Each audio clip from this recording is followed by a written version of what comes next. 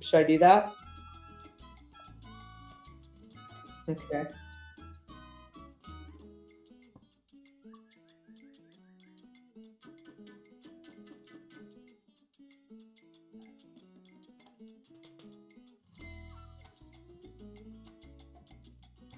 Yeah.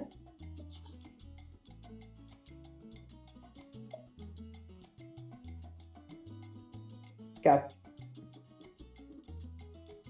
So less pausing. Less pausing. Okay.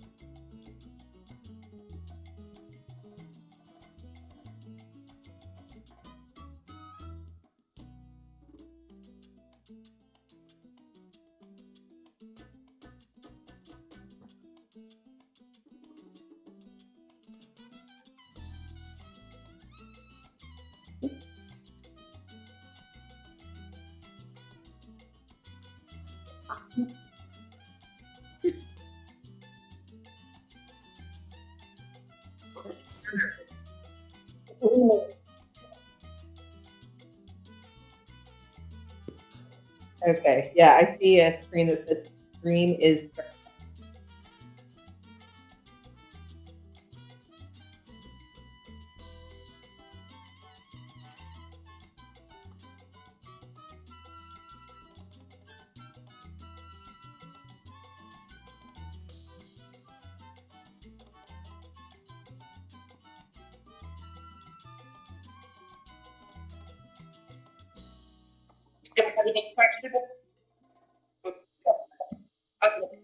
Is that because? Oh, do I?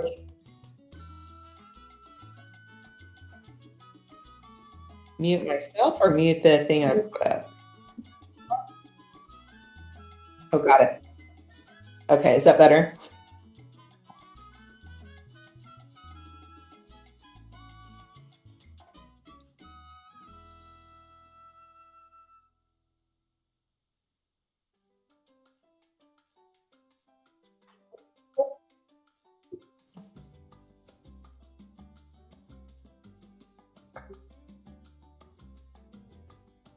What a balla. So nice. It's very thoughtful.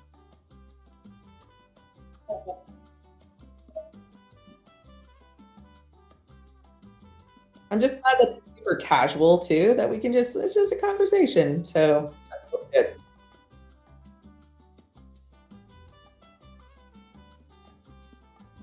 Love it.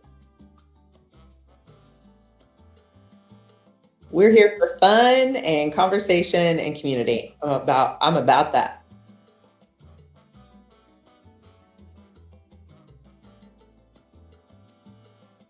Oh, there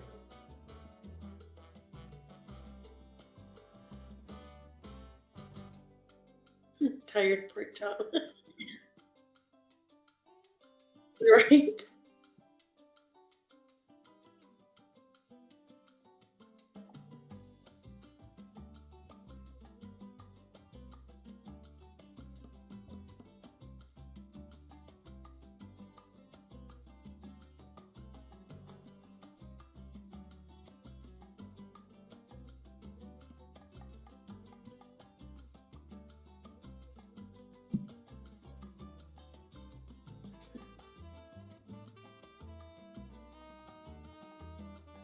Yeah.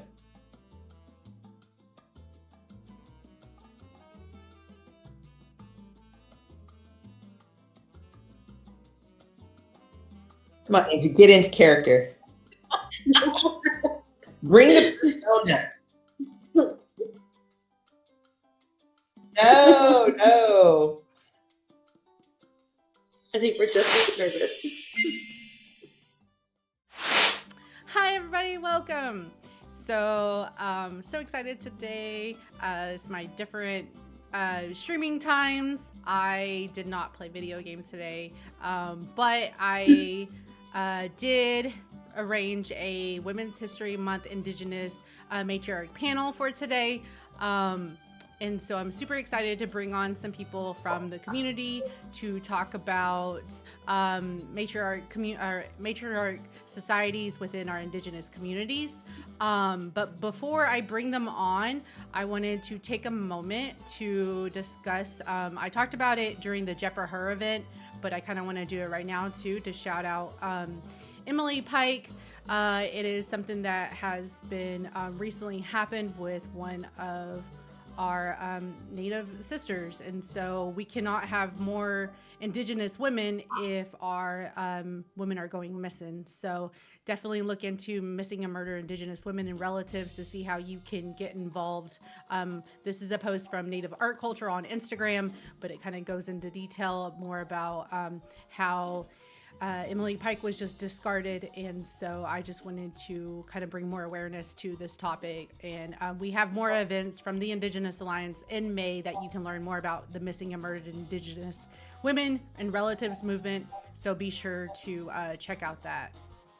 All right, so now before we go in, I also I wanted to, since this is like an Indigenous focused panel, I'm gonna go ahead and put out the link for native lands so you can see which native lands you reside on as we kind of discuss this topic. Maybe it's something closer to you, maybe they come from a community that you're a part of.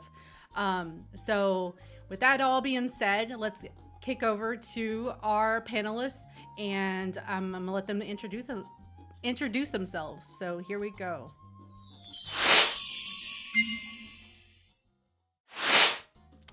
Yay! Okay, let me turn off my music too. Hang on. All right, there we go. Hi, welcome. What's up, Angie? So, Hi. I am so glad y'all are joining me today for this very important discussion. I'm gonna let you all introduce yourself, shout whatever you want to say. It's up to you. So we'll start with Sarah, and then we'll move to Shayai. Well, hey everybody, Halito, Saho Chifowet, Sarah Adams, Choctaw, Shlumbish Tuklo. I am Sarah Adams. I use she, her pronouns. I'm Two-Spirit, I'm Choctaw. I live in Oklahoma, and I'm one of the co-founders of an organization called Matriarch, which is an organization for Indigenous women, Two-Spirit, and non-binary people. We have a chapter in Oklahoma City and one in Tulsa, Oklahoma, and we're about 9 years old. And then I have another group that I helped pull together called Cousins, which is a youth group for Indigenous to us LGBTQ kids who are super duper keen, super lucky to work with them. And I do kind of a variety of different community building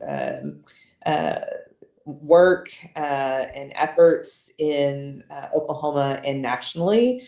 And I'm really lucky to be able to serve on several boards, different organizations that all kind of evolve around education, Indigenous rights, about, just, trying to be a good human or doing our best to support people whose rights are infringed on all the time. So a little bit about me. I've got two incredible kids, Morgan and Blue.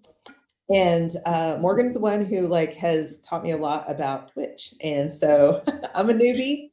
I'm new to this. So, but super excited to be here and to learn more about Shayai too. And thank you, Angie, for hosting. Thank you. Awesome. Guatsi help. Oh, go ahead. No, go ahead. Sorry. Go ahead. No, I was Guatsi helpa Shayai Lucero ese Acoma Acoma sada Shasta Hanu it's in a Washti sada.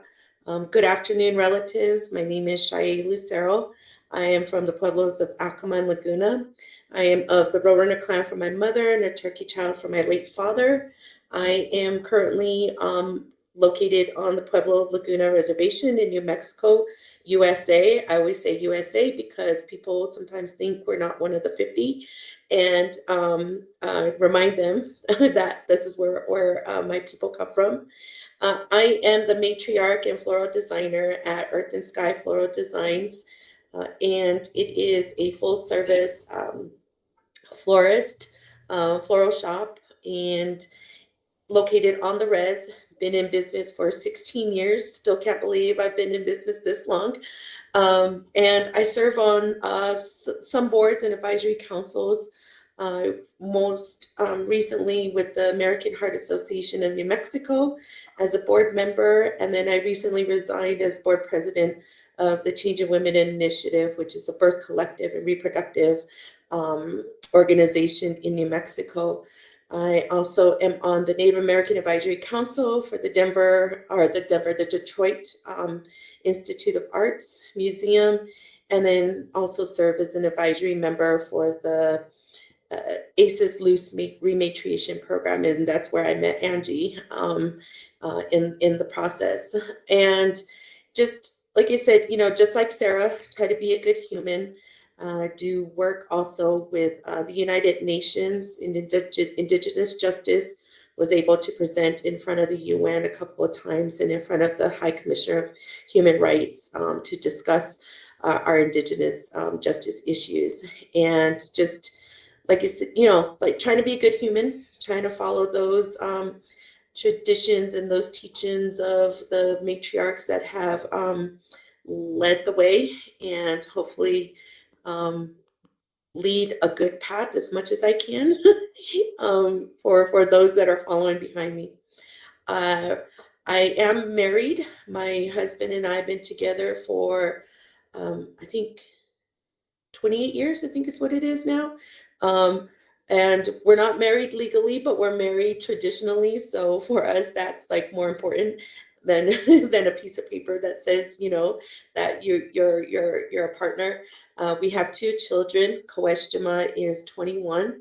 He is currently in a hardcore metal band, which consists of all Native res kids. And then my child, who identifies as non-binary, is a junior at the Native American Community Academy. But that's a bit about me. Thank you both for sharing. And it sounds like y'all are doing so much in your community, and I love it. And I'm so excited for y'all to participate in this discussion. If you're in chat, can you give them some love? Can you show them Twitch chat and just show them some love and how we do it over here? Because they have never experienced Twitch. So I hope that this will, this experience will let them, want to explore more about the platform. So if you are in chat, got whatever love hearts, blow it up for them, because they know about Zoom, but I was trying to explain to them about Twitch chat, and I was like, just, don't be nervous. It's okay. We got moderators for the trolls. So I love it. All It's right. exciting. Learning new things. Exactly. Dog, Yeah, don't be scared. Don't be scared. It's fine. It's fine here. Sometimes, I don't know, it can get a little scary. It's great sometimes. Yeah, this is fine. This is fine. All right, well, let's jump into the conversations. So the first question, what does being a matriarch mean to you, and how does it influence your work within your nation in the Indigenous community? So whoever wants to start that, and then we can go to the next person. Shayai, go right ahead. Thank you. I think I touched a little bit about it in terms of, remembering the cultural teachings of all those who have surrounded me. I'm very lucky to have grown up with my 2 grandmothers, who were loving, gentle, and very open-minded people. And they were very welcoming too. So, to be able to be around strong women like that, who stood up for those that may be oppressed, those who, may not have enough, or those who may not have a voice. My grandmothers really instilled that in me. I come from large families on both sides. I have almost 100 first cousins. And so from a big family, So some of my older cousins could be my parents, so that's how huge my family is. And they always thought of me as the little brat, running around. And sometimes they still do. And I've had to actually stand up to some of my older cousins and say, look, I'm your sister, basically. I'm not your niece. I'm not your grandniece. I'm your sister. And so in the past few years, just being able to, I guess, empower myself and stand up for myself has kind of really I've been really pulling that energy from my grandmothers. And then I also grew up with my paternal grandfather and my dad, who were very gentle souls, very strict. So, but they were also very good to their women, their partners, and then I never met my maternal grandfather, but my mom has stories about how he, really took care of my grandma. So I've been able to have those role models, and just trying to really work with those lessons, and passing it along to everybody else, and that, like, really emphasizing, especially for our male population, that being a good partner doesn't necessarily mean having power, or having to overpower your woman, or it's you have to work together. So thankfully my partner, he is really good at that, and he really is supportive, and we try to help each other in terms of whatever we're doing. And so I think that's really one of the bases of being a matriarch, is just pulling that energy, and then kind of those lessons, of the good lessons. But if you were also in a space where you may not have had those good role models, how do you take those traumas and reverse them, so that you're the one that breaks those cycles, and then to be empowered enough to break those cycles. And that's what we also need to teach our youth about, is that you can't constantly live in that trauma. You have to break those cycles. You have to be the cycle breaker. And so that for me is being what a matriarch is. I love that. We talked in last week in my chat, because it turned into a discussion more about Indigenous identity, and it was great. It was a great vibe. We got to watch, like this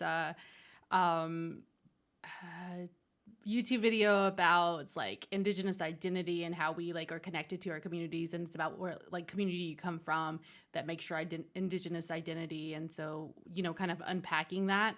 But it was just what you're saying is just, like, really interesting, on the fact that how the trauma, getting over that and stuff, and we talked about how trauma is stored in the hips, so we were discussing how we need to shake that out. So The body remembers. yes, so I'm glad that you do advocate for healthy just your health. That's part of your health. And so thank you for sharing. And Sarah, what do you want to add to that? It's such a hard question, though, because it really can mean anything, so many different things, depending on who you're talking to and the community you're in. And we have patriarchal societies and matriarchal societies. And so, having an organization that is called Matriarch, right off the reel, we're always super intentional about talking about what what a matriarchal society is. And that it is not the opposite of patriarch or patriarchal societies. Sometimes there's this understanding or duality that, like, well, matriarchy is the opposite of patriarchy, and it just isn't, right? So matriarchy really is around giving life, being life givers, and about the balance that particular thing offers, so that it isn't about it's not the opposite of patriarchy, where it's this top-down power structure that then shifts and puts women at the top, and then everybody else is less than or a subset of that. That is absolutely not what matriarch means. And there really isn't a good English kind of translation of what that means. This is the word closest that reflects closest to kind of what we experience, but it's not exact, right? So, and even that being said, depending on what tribe you are and what community you're from, what clan you're a part of, those things shift. There are different understandings around that. But to me, if we're trying to generalize that, it's about balance. It's about making sure that, within these matriarchal societies, there is this great reverence for life and around preservation of community, about preservation of tradition, about preservation of language, about rematriation of those things as well. When we see that that has been attacked by colonization or the wider community, and our role, and to me personally, that means responsibility to community. Like, it's very simple for me. Like, if you are put in a place where someone looks to you, whether that be a relative or a community member, or there's just a need in the community, it's not this position of power. It isn't. It is a position of responsibility. And that means that we come strong with solutions. We come strong with connection. We come strong with making sure that we're using our medicines and that we are setting the example for making sure that our side of the road is as clean as it can be, so that when we are entering into this work, we come in a really healthy, good way to show the people behind us, like, hey, I'm human. I'm going to mess up. I'm not going to always get it right. I need people all around me, because thankfully, none of us have it all figured out. None of us have all the gifts that we need to like create the community that we want, which is so great about matriarchal societies too, is it leans on that everybody has this piece that they contribute, so that we can get to the place that we want to be, so that we can achieve that balance, whether we're talking about the earth, our plant relatives, or a relationship with our, community or earth, or whatever it is. It's that piece that allows that it's a kind way of being, to where everybody has space at the table. So that responsibility to community is a huge one.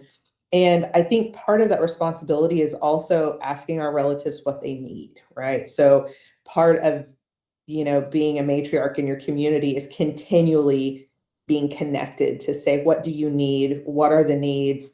How can I come alongside you to fill the gaps? Because that is absolutely part of the whole. So it's a complex question. I love that that's where we started, and there's not one good answer to it, but in essence, it means responsibility and connection. I think sometimes it scares me that I'm getting to the point where I have to get into get into elder status. So I don't know if you feel the same way, Sarah, but it's like when our older relatives are starting their journey. My adopted brother, and I had a conversation here in my shop a couple of weeks ago about how he said, "I'm nervous because it's our turn." And I was just like, and I looked at him and I said, "Oh my gosh!" I was like, "It's our turn." So yeah, it makes me nervous, but then I wonder, did my grandparents feel that way? Did my relatives feel that way? I don't know. The stress and pressure of, well, first of all, that word, right? Like, that is a loaded word. And I think there's so much that comes with the word elder that, of course, in my mind, I'm like, absolutely, I'm not that. That is not what I am or who I am. I know, like, there's like an instant rejection for me of being associated with it, because when I think about it, I think, oh man, I am so far from a place to be able to do that work, sit in that place. But there's also, like, Shayai was saying too, like, we are in a generation that's losing that generation above us, right? And so there is this, this passing of responsibility from one generation to the next. And I feel that keenly. That's part of, you mentioned something about like, oh, our turn, and that's how it feels. It feels like we are, and I love this. And then it also is kind of like, oh, this idea of protection above you when you have that generation above you who is setting the tone, who they say the things and you do the things, and when that goes away, and then you're left with, okay, this is what they raised us to do. This is our responsibility, and it is kind of daunting because I don't ever think that I'll be in a place where I'll be like, yeah, I'm ready, let's go. I'll be like, oh, can we do it together? Can we go together? Can we hold hands? Can we can I like tag you in and because that feels well, big. I turned 50 this year, and I've been studying Corandismo medicine since 2005. And so when I turned 50, the healers, my maestros and my maestras, they're like, 2 years, mija, 2 years. And I'm like, oh, 2 years, because when you turn 52 in the Corandismo community, that's you've gone for 13 cycles, 13-year cycles. And that means you hit elder status. And I'm like, mija isn't ready. You got to live it the 2 years out. Yeah. So it's like, okay, what do I do? And yeah, it's nerve-wracking. Well, but I'm in elder status. I'm drinking coffee in the middle of the day. So. That's what my mom does. But not past noon, Shayai, because then we won't be able to sleep. Eh? We won't go to sleep. So there's a delicate balance in there where you gotta turn it off and turn it on. Yep. Mm-hmm. Well, it's like our communities do think about, like, what is it, the 7 generations in the past and then the 7 generations in moving forward. So as you talk about, like, what did my ancestors do? And then, like, what am I doing for future generations? And what path am I, paving for them? And so I think it's really important that, we look at that. And so I'm amazed that, Shay, that you have, like, so many cousins. Because I thought I had a big family of being the youngest of 5 and then like having 15 nieces and nephews. But like my mom and then my 3 sisters, they were a huge part of my, just kind of raising me and kind of looking at their experiences and then shaping mine on how do I navigate this society. And so I'm, I come from very strong women. If I didn't say that, they'd probably like, make fun of me. But like you said, I lay down. I'm like, no, you stop that. I'm not like 7 anymore. I deserve a voice. Right. And then you followed up with, right? Right? Yeah. Put it back on them. Yes. Strong. Yeah. Later on, I'm like, okay, now I'm just waiting for them to like yell at me some more. Right. Until you make it. They have transitioned to really respect what I do. So it's great. We like, kid around it. But as you know, community, our families, are very tight knit. That's kind of just what we are. So let's see. The next question that we got. Can you share about a matriarch who shaped your understanding of leadership and community care? I touched on my family, so I would love to hear what you all, who was that, or what was that vibe like? I don't mind going first. Go ahead. I think there are so many people, honestly. Yeah. I think that's part of the beauty of matriarchal societies is that you have this a limited really just group of women around you that lend something different. I think when we're talking about, the lessons that we've learned, I've learned so many different lessons from different women. And so it's really hard to name one, but there are many. I think of the other co-founder of Matriarch, Kendra Wilson Clements, has done an incredible job of teaching me about community acceptance and being super open to whatever comes to you, to make sure that you are just staying in a good place where that you are able to meet the needs of the community where everybody is. Not necessarily this idea in my head of what I want to happen, but what does the community actually need? Allison Black is doing incredible work around Indian education. Sage Runs Above is one of our trans sisters who is really trying to make space for our Indigenous queer youth back into ceremony when so many have been like, colonization did a number on us, y'all, and especially for our 2S relatives, it's been tough, and it's tough, and our kids are needing those people who are older than them to kind of go, okay, this is your space too, and here's how we're going to do it. Jerica Walsh is doing incredible things for Indigenous art in our community. Lauren Palmer, who is also another floral artist. Shayai, if you don't know Lauren and the Palmer sisters, we got to connect y'all. They do incredible floral design work. Nico Albert, I mean, Angie, you know about Nico and our Indigenous foodways and systems and what she's done there.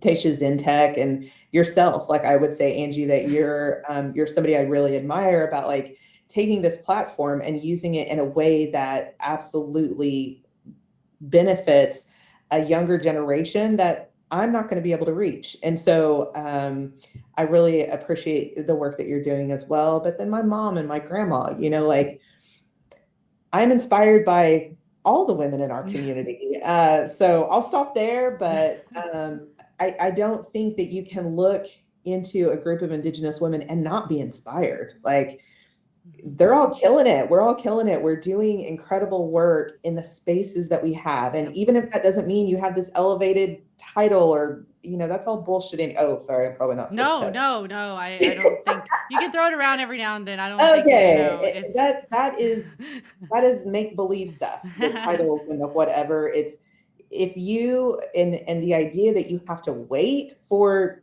I don't know, whatever it is to be a change maker and do the work is also baloney. I'm inspired by our youth, like on the regular, about how they are creating ways and paths that absolutely I fall super short in being able to do. So I'm inspired by a lot of people, and I absolutely don't think it has anything to do with age. That wisdom that certainly is helpful and comes with that, but we have some young people who are absolutely imperative to the survival and our thrival of our communities.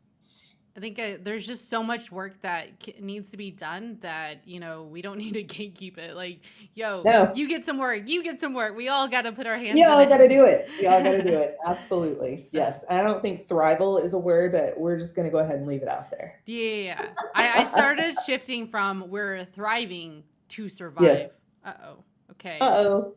We might have lost Shayai. Yes, I think so. Okay. Well, Shayai hopefully comes back. But I'll just I'll just gonna fill it in. More. Yes, we're just gonna keep going, and I bet she'll pop back in here in a minute. But yeah, I definitely think that there's enough of that work to go around. And that again, for me, is absolutely the beauty of our community and systems is that, you know, that patriarchal way or those colonized systems tell us that you have to have status, that you have to have maybe a degree or something like that to be able to do this work. And that is just simply not true. And it is that lived experience that makes us we know better than anybody what our communities need because we live in them. So yeah. Shayai, good to have you back. So, sorry, it's the res internet. Real, no that's real. So we got a raid in. I want to take this moment to show y'all that we got a little raid from, or I say little, sorry, it's not little because all numbers matter. But Hollow is another fellow Native person, and so they are so cool. But if y'all want to say hi to everybody that's coming in from Hollow Sloth stream, you're more than welcome to do so. But I'm trying I'm trying to show them Twitch. Okay, chat. They're brand new. So be nice. Welcome them to the platform. Say hi to them. We want them to come back. So everybody be nice, be kind. Well, I'm super glad that you're here and that participate in this conversation. Like this is for you. So certainly never in the place where I think that all the answers lie here. Like community conversation is absolutely my favorite thing. Yeah, and if y'all want to ask, are you all open to them asking questions like randomly, or do you want to save it? What are y'all's comfortableness feeling? Like, do y'all care? Like, I'm willing to answer questions. okay. So y'all heard them. If y'all have any questions, feel free to ask in chat if something comes up. If not, we'll save a little bit of time at the end for any questions. But I appreciate Hollow you bringing your community here. So we're talking about matriarchal societies and Indigenous communities today for Women's History Month. So shout out to women. And if you want to see which native lands you're on, we got that command, so you can check that out and see if they are, kind of on the same wavelength on the lands that you're on. So we talked about, so you, Sarah, gave your answer for it. So Shay, do you have anything that you want to add to about the understanding of leadership and community care? Like you said, I touched on like who my major matriarchs were. My grandparent, my grandmothers, and my mother, of course. My maternal grandmother, one thing that I really admire about her was she was straight up honest. She's a potter, and one summer I spent trying to learn how to talk to the clay, and I just was not getting it. It was not working with me. And finally, towards the end of the summer, she pulled me aside, and in our language in Kara, she said, "Granddaughter, you're not a potter." And I'm like, "Thank you." Thank you for being honest and letting me know, because it was like, instead of keep trying and just being bad about it, she was like, "Nope, Clay's not talking to you." And so I'm like, "Okay." And so then it made me, go into what I'm a nerd. So I love science, science and chemistry and biology. And so that's where I actually went into. And but one thing, my maternal grandmother and my paternal grandmother were also very open-minded. Were the LGBT community, and so my maternal grandmother Lucy, she had a friend who was gay, and in the 80s, that was not like a big thing to publicly announce that you have gay friends. Growing up with seeing what AIDS and HIV had happened in all communities, all walks of life. My grandmother was really saying, don't you dare make fun of him. Don't you dare make fun of people. They're very special. They're special individuals. So both sides really emphasized that for me, and that I've carried through the years is, not to make fun of our LGBT relatives, two-spirit relatives. And the other is my mom. My mom is just this feisty, spunky. She's a retired educator, so she's taught, I think she said, 4 generations of students here in Laguna and Acoma. So she's had a big influence in terms of being an educator. And I love when former students come up to her and say, "You were my favorite teacher," or "I remember you did this in your class," or "You taught me this." And all these years, they're still remembering her. And but she really didn't grow up here on the res. When she was born, my grandmother knew that she was not going to be on the reservation. She was going to be one that traveled. And so for my mom, because she traveled, she lived other places. She grew up in the Bay Area. All these different areas she grew up in. became a little bit disconnected from the culture, not fully immersed in it. She knows the culture, but not like my aunts or my uncles who were on the reservation constantly all the time. Um, not as intense as they did. So whatever she taught me, whatever she knew and she learned, she would teach me. And so I would do the same for her. If I learned something new from a relative in the community, I would teach my mom. My mom say, "Oh, I didn't know that, so I learned it from, so and so." So again, it goes back to Sarah talking about how you have individuals in the community who give you bits and pieces. It's not just one person. It's not one woman. It's not just one male. It's not just one of whatever two spirit relatives. It's all these bits and pieces of information that you get, that you formulate and you create and you bring into, this education, and you hold it. And then that's what you're responsible for. And then you take all those bits and pieces of information, and you pass it on to somebody else. I'm a traditional knowledge keeper of the medicinal plants. And for years, I used to be fiercely protective and not want to share my knowledge. But then I thought about it, and I'm like, well, what if I go to Creator and Creator gets mad at me for, having all this knowledge and not sharing it with somebody else, and saying, what use of it is it up, with me, if you didn't give it to, somebody down on our mother.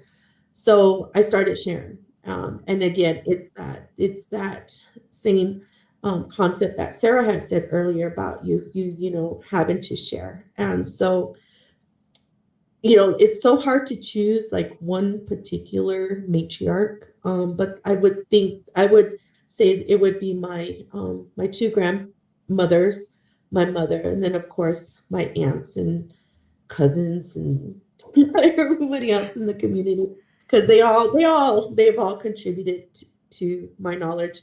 My maestros in the Curandismo community are also constantly teaching me as well. Constant learning.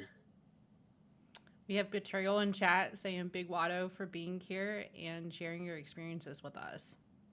So everyone appreciates you all like being here. So I just wanted to, kind of add that. Right. But that's like what you all are saying. It resonates with me because there's so many different people in our communities that are doing, like you said, like you named Sarah, that are doing great work in what they know, like they're knowledgeable in those areas. And so it's just great that we have so many people that are doing all of this, and that way they can bring back that knowledge and we can all like share it and whatnot. So kind of brings us to a little bit, this one's going to be a little deep-ish. So how have matriarchs contributed to the Indigenous community's survival during difficult times, such as colonization and boarding schools?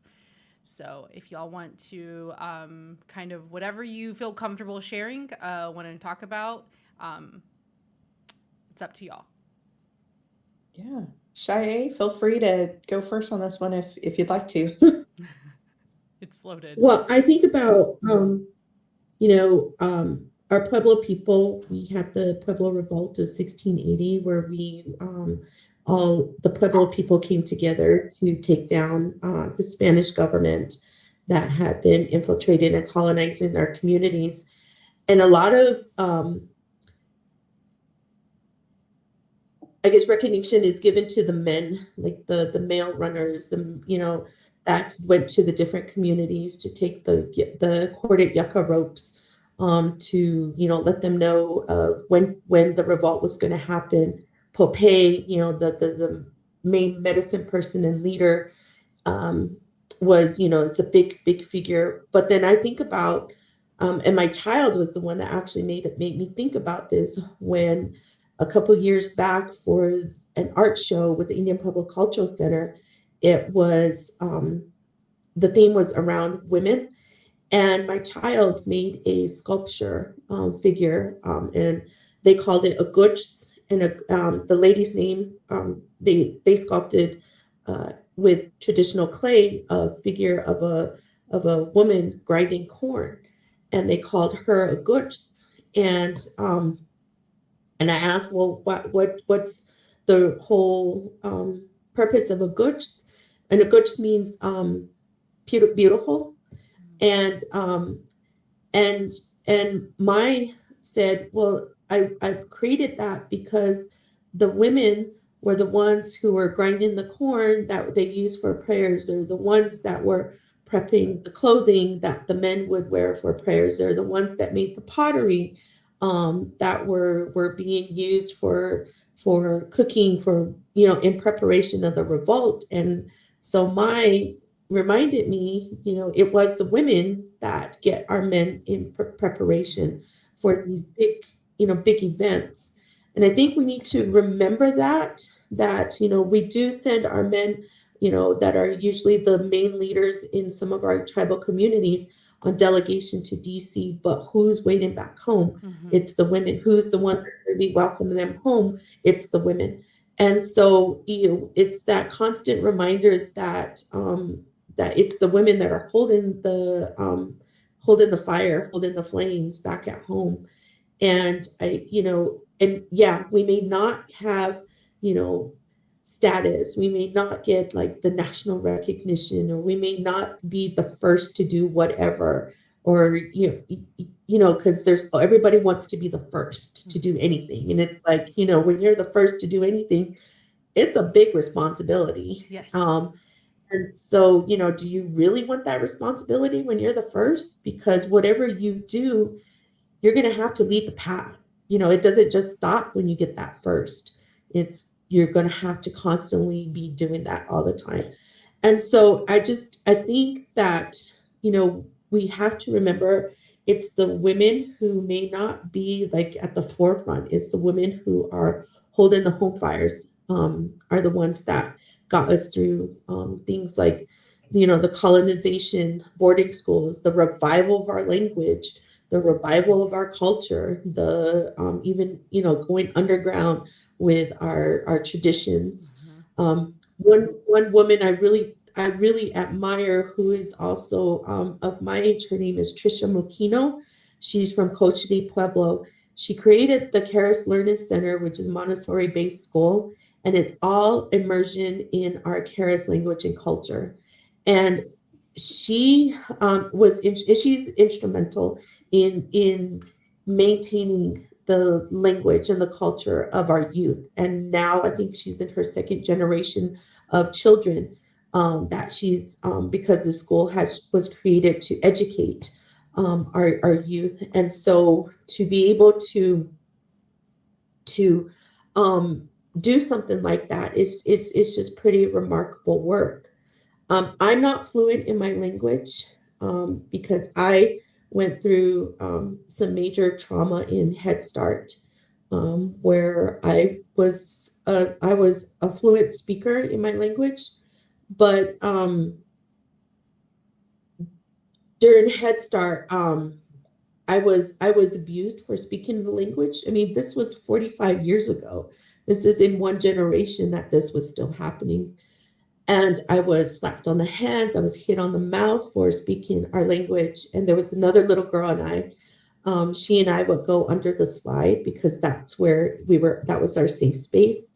And we would talk the Ashe, which is our language. We would talk to each other there because that's where we felt safe. And so now for me to even speak our language is really traumatizing. But I made sure that my trauma was not passed on to my children, because now my children are speakers.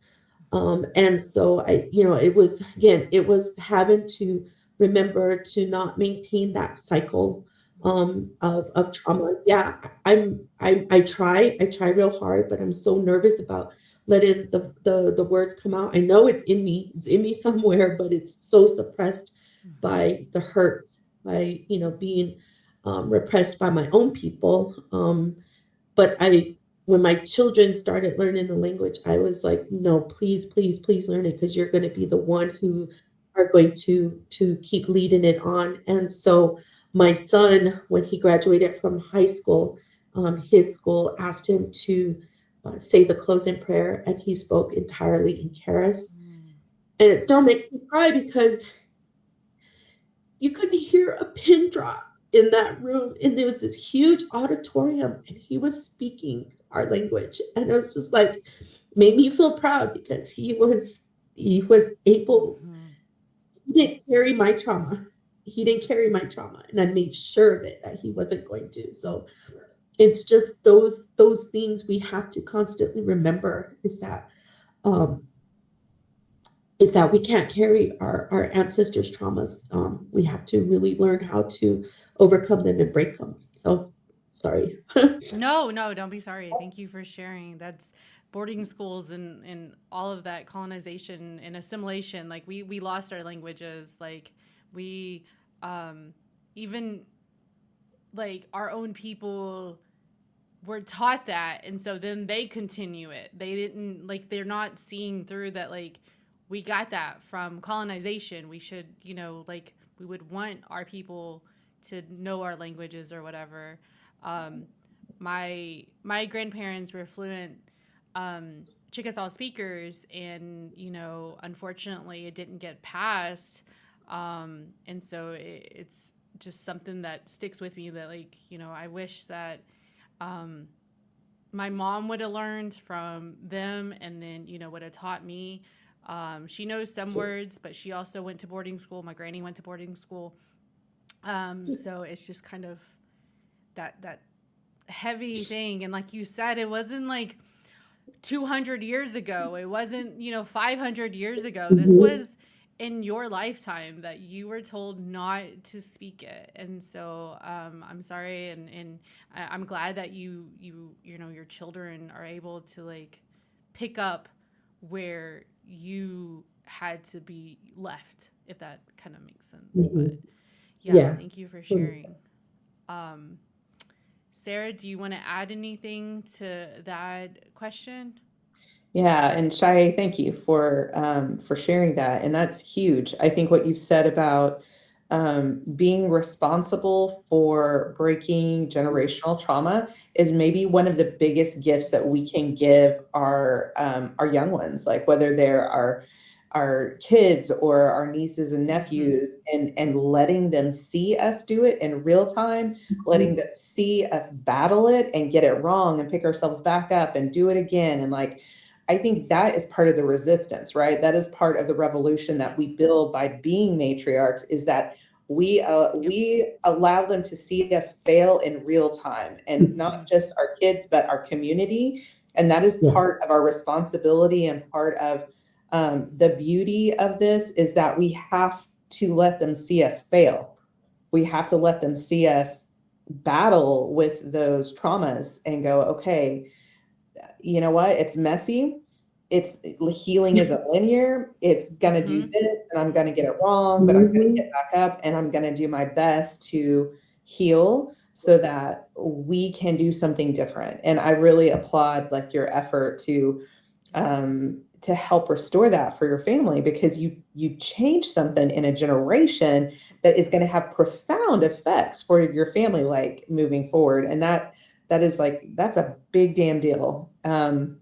I think that, when we're talking about, how our women have contributed to survival during times like that, I, personally, like, growing up, my parents were, or my grandparents were, in boarding school, and man, they did a really good job of, like, taking our culture away and making it, and all the Christianization that happened around that time as well, to infiltrate and portray us as sinful or dirty or all these things. Like, that went really hard in my family. And it growing up, I felt this keen sense of loss around not having things like tradition given to me, right? Like, I had to do reclamation work. I had to go back into my community and go, okay, thankfully there were incredible elders that leaned into me and said, these are our ways. This is how we do it. This is who we are. This is our language. And they gave me that gift. But there was part of me that was like, really hurt, and sometimes as a youth angry, right, about not having that connection, it not just being available. Like, why did they give this up? Why would they do that? Why would they, and then it wasn't until I became a mother to be like, oh, okay, like if I was faced with somebody hurting my children, and there was a way for me to get around that so that they didn't, by assimilation or by boarding school or whatever those choices are, like that makes me feel different, because what we would do to save our kids from harm, there's a lot of things I would do to protect my kids. There are a lot of things that I would do to protect my community members.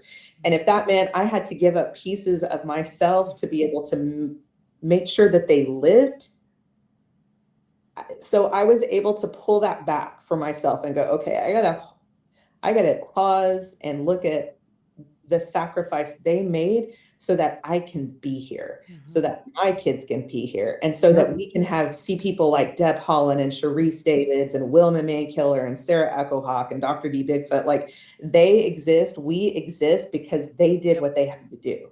And so it reframes something in my mind to think about sacrifice, what it must have been like to consciously make the decision to give up part of your cultural ways, knowing that it's going to benefit like those 7 generations, right? And so I think about it differently now. I think about survival differently. I think about sacrifice differently, because I have not had to do it at that level. And so, like, what right do I have to judge or be angry or any of these things, to go, I didn't have to live that life. I didn't have to make those decisions. So I feel really lucky to be in a space to go, I now have the right to reclaim these things that are sleeping, these things, they never went away, and they're always ours, and we can always come back for them. And even our community members that have had to suffer from separation or addiction or all the things that separate us from this balance, we get to come back to it because there were people who made sure that it survived. And so there's this really great poem by Joy Harjo called Perhaps the World Ends Here. And simply, and it simplifies that idea of survival for me, or what we've had to go through to get through boarding schools and removal and Indian Removal Act, all of that. Is that she said that the first line of that poem is, the world begins at a kitchen table. And I feel like all of the goodness that happens in our communities, all of the good ideas, all of the healing, the food, it happens at our kitchen tables. And it's so simple to me that that's what our ancestors did. That's what our relatives have done. And that's our responsibility moving forward, is making sure that we maintain that kitchen table.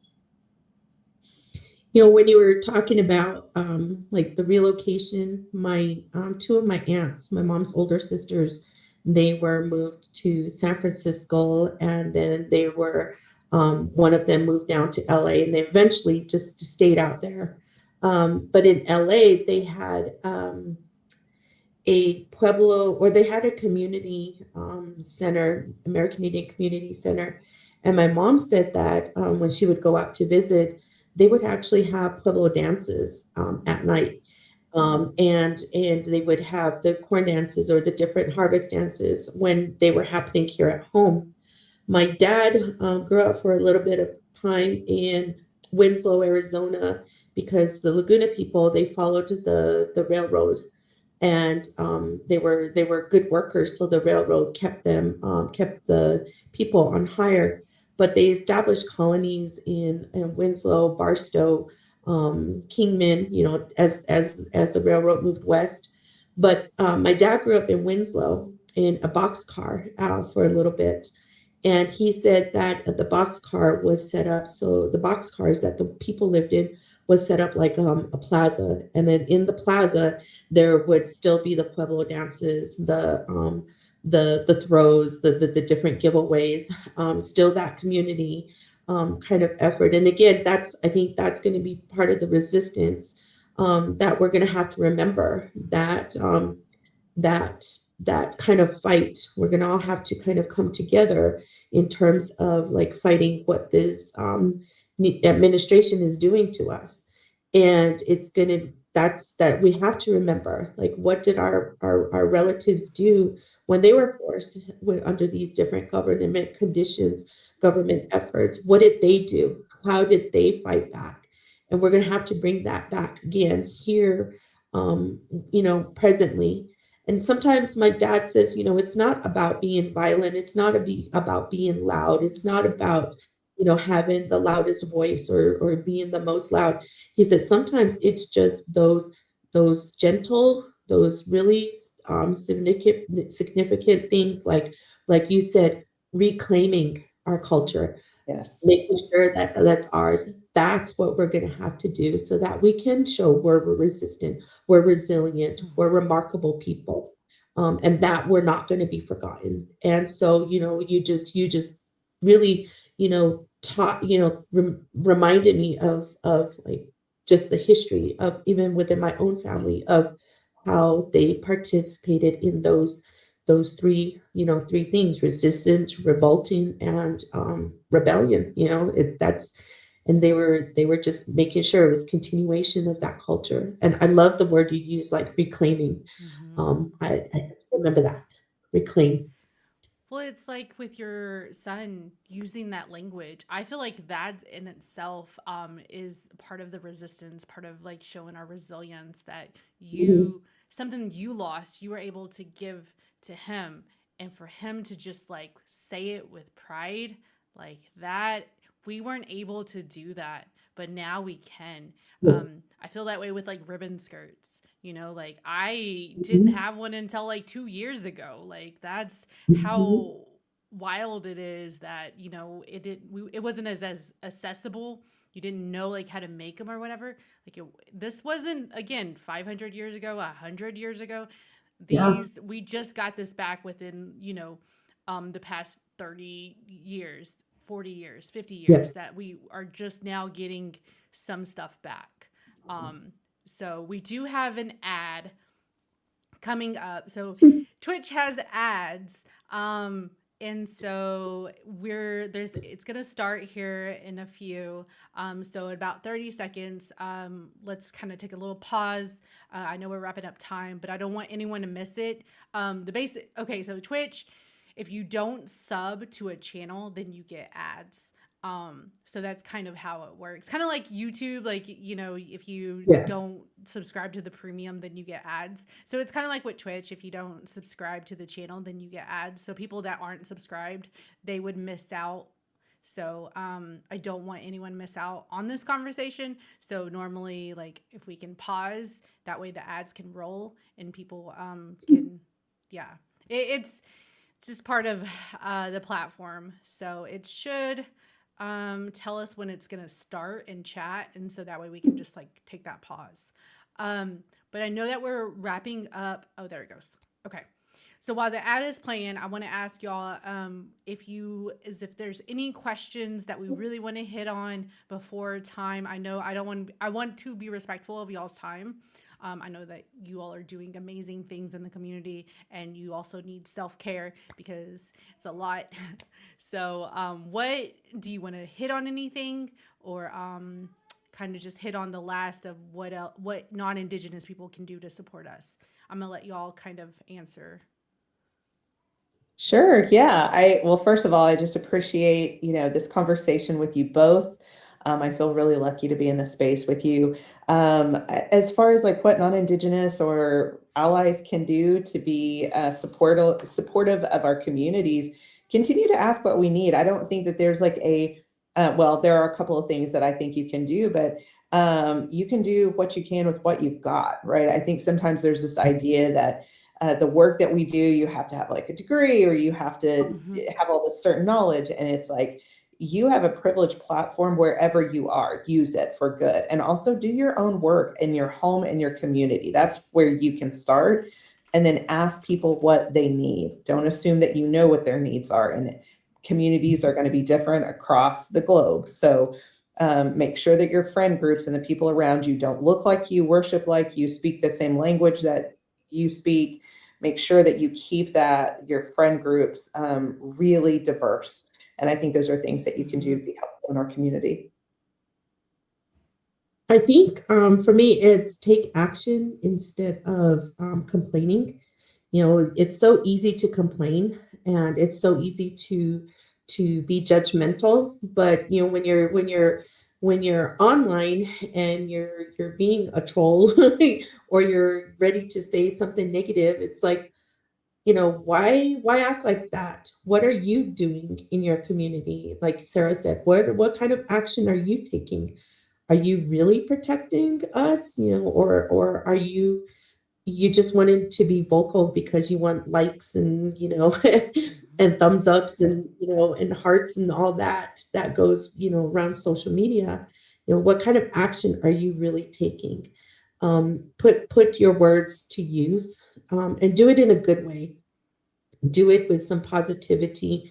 Try not to be so negative. And and like I said, with this whole administration going on, and you're talking about self-care, I really had to limit like how much I watch the news, Mhm. how in order to take care of myself, because if I can't take care of myself, then I can't take care of you, I can't take care of the community.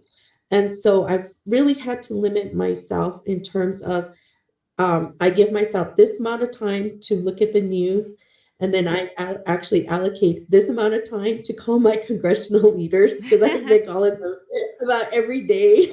They're probably tired of me calling them, saying this is what's to be done, or and then I give a certain amount of time to do the advocacy work, because if I just was constantly scrolling, Mhm. it would drive me crazy. And I think what we need to do is we need to really limit ourselves and take care of ourselves first, so that we can do put those plans into action.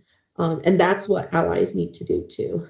Is that, you know that's a good way. What do you need? What do you need? Um, because if you do have a platform, you're very privileged to have that platform, because a lot of spaces our Native people set foot in, we're usually the only Yep. ones there, and that is hard to do sometimes, to have to be the person to walk in those difficult spaces. And if you could just, like, if you see me walk in that difficult space, just like being here on Twitch, like never done this before, and Angie's like, oh no, okay, this is what I'm like, okay, so I felt a little more calm.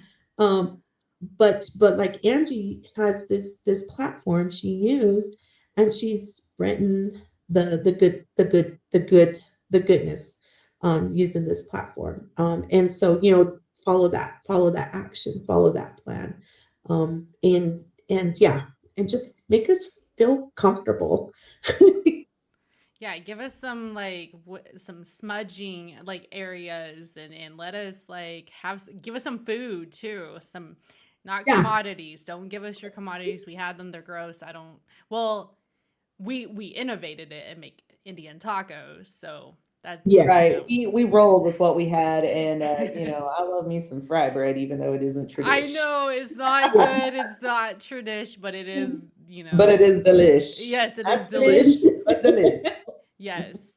Well, I appreciate y'all just like, believing in me and being a part of it. I do use my platform now for educational and just besides just streaming my bad gameplay.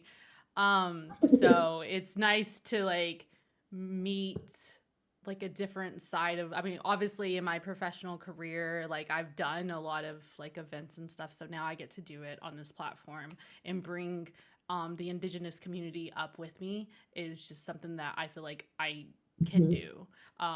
So if there is anybody in chat that has a question that wants to ask. Their Instagram handles are on the screen, so you can follow them if y'all want to shout out anything or write it in chat. Your whatever you want the chatters to know as we wrap up. Um, if there's any questions or any comments. Um, but yeah, I really appreciate y'all just taking this conversation. It's like you're like my new adopted aunties. I don't Love know. it. It always brings me joy to be around community because like you said, you learn from other people, and so I always like learn something, Mhm. and I'm like, yeah, I like that. I'm gonna go with that. So I don't know if we got any questions, but if not, can you at least provide some love to our new Twitch people? They're gonna come back and they're gonna start streaming and play video games. And no, I'm just kidding. Yeah, you're gonna get to watch me play video games really horribly. Yeah. Get you play some Mario There are Kart. Yeah. I will say though, Angie, I am super excited about our vigilante kickball team that's going to be kicking off soon. Like, I'm ready for that action. Real-time gaming. Yeah, I was about to say, see, and that's what I tell people as Indigenous people, we've always gamed. I mean, stickball, look into the history of stickball. You do not know, but stickball, there's hand games. We've had games throughout time. And so we're literally like gamers, like it's in our blood. So I may not be good at Fortnite, but my grandpa was sure good at stickball. So you give me a stick, I might be good at stickball. So, but my 90s and Fortnite, they're something else. So, but thank you all so much then. I appreciate it. I get to see you next week, right? Or in a couple weeks, right? Yes, yes. Yes, So I will see guys, you yes. in person in a couple of weeks, and I'll see you, Yeah. Sarah, next week.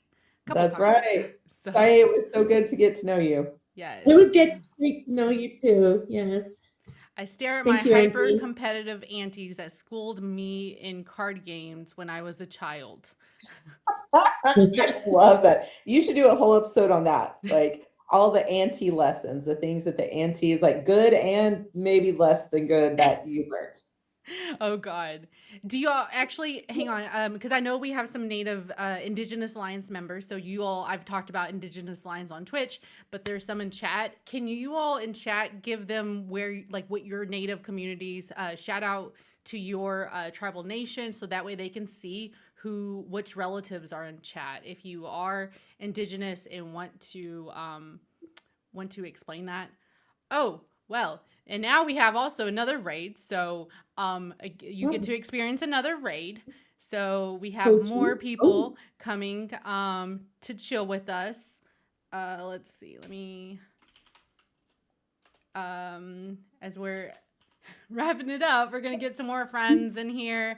Otterly Music, thank you for the raid. We brought in some Indigenous women to the Twitch platform, so they're new. So as you can see, Otterly Music's cool. sending in some friends from their chats. They're wishing us a beautiful, a happy day and to hear beautiful queens. And then we got Haudenosaunee. We got some, what was the Ho-Chunk? Ho-Chunk. There's Melody, Cherokee.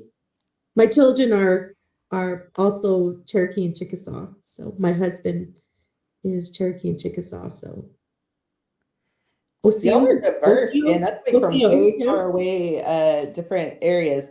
I was talking to somebody and they were like, oh, I'm like Dene, and then I'm Choctaw, and I was like, and they were like, oh, I'm a Haskell baby, or oh, I'm a baby. I was like, that makes sense. That makes sense. Kid, yeah. Yes. And that's my husband. I was Miss Indian World, so that's how we got connected. Yeah. Oh, I love it. Yeah, our Indigenous Alliance has Indigenous people all throughout the world. It's not just like in Turtle Island, as the Americas is called. We have members that are in like the UK. I think we have European. We have somebody from I want to say it's Australia. I think we have an Australian Indigenous relative in our Indigenous Alliance. So we're still growing. We're still trying to get our alliance out there, but it's great that we get to be in community together on this virtual platform and learn about what our communities are like, just doing in various parts of the world. So it's really cool. It's something beautiful that we get to experience. Russia is one, and we got somebody from Choctaw Nation. Who is your cousin? Which one did you say? Phoenix. Okay, Phoenix. Wait. Phoenix says my cousin was Miss Indian World way back when. I'm like way back when. I'm a way back when too. JC, oh, I loved JC. Oh, she was my dearest sister.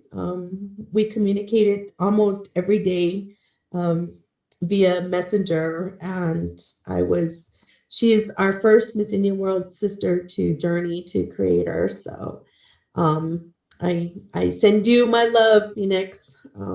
She was a good one, That's a so strong one. cool that like this connection, Phoenix got to, shout out a cousin that you knew. That's so amazing. Yeah. And we got another a Choctaw relative, Sarah. Hey, Ad Astria hello.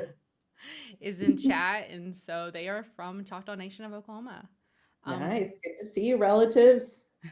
So I This don't is cool. did y'all say y'all's I know it was on the flyer, and I am mad at myself that I didn't add it on y'all's banners. But did y'all say what tribes y'all are from? I cannot remember. think, yeah, I did. I'm a citizen of Choctaw Nation of Oklahoma. And then I'm from the Pueblos of Acoma and Laguna. nice. Oh, for Virginia, we got Choctaw from Virginia. Nice. So, well, I'm so appreciative of Otterly Music to bring your community over here. We were actually wrapping it up. So let's see if we actually have another Indigenous Alliance member live and that we can show some love to them. And then y'all can be a part of this like raid. I don't know if y'all made Twitch accounts. Did y'all make Twitch accounts? That was part of the homework before coming on. Did y'all make No. I am in the process. It's okay. You can I see like that. you can see what we're doing. I actually know where we're gonna go. So we're gonna go see some Indigenous art. So let me make sure I can pull this up. We're gonna send some love to another Indigenous Alliance member. So if you are, whoops, nope, wrong one. So if you can copy that that raid message, we're gonna send some love to another Indigenous Alliance member as we wrap up here. OJ says, thank you so much for spending this time with us. And thank you, Angie, for hosting this, for trusting us, and for sharing vulnerabilities along with everything. Yes, yes. Echoing that. I know I just showed my first article and it was really vulnerable. Yeah. But Yay. I think it's important that we get our voices and our stories out there by us, right? It's always about us without us. So now it's time for us, coming from us. Yes. So we're gonna raid. I had it open and then, all right. So they are doing some art. Sorry, bear with me. I have to like open all these. I got to get the name correct. So this is how we send our community. So everybody that's in our chat, we are going to send them over to somebody else. Let's see. But I got to make sure I spell it correctly. All right. I did it. Yay. All right. So we're going to send the love over. And again, appreciate everybody being here. I hope everybody takes care of themselves. Drink your water, as Siri Bot says. Hydrate yourself, and have a good weekend. And I will be back next week, and maybe we'll have Sarah back in June for Two Spirit because we got to get into that a little bit too. Let's do it. So, all right, Yakoki let's friends. tell everybody bye. Thank you, Yakoki. Bye. Joey shots. Yeah, we did.